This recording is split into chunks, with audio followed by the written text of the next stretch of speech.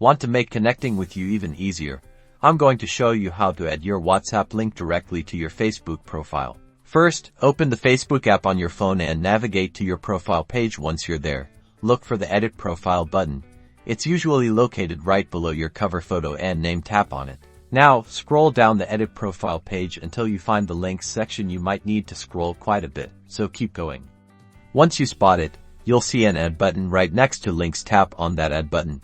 A new window will pop up here. Tap on the Select a Service drop-down menu. A list of social platforms will appear. Find and select WhatsApp from this list. Next, enter your WhatsApp phone number in the username field, including your country code, but without any plus signs or leading zeros. For example, if your country code is 1, enter 1 followed by your phone number. Then, make sure the privacy setting for this link is set to public so anyone can see it. Once you've entered your number and set the privacy, scroll all the way down to the bottom of the Edit Profile page and tap the Save button. This will save all the changes you've made. Head back to your Facebook profile, and you should now see the WhatsApp link displayed.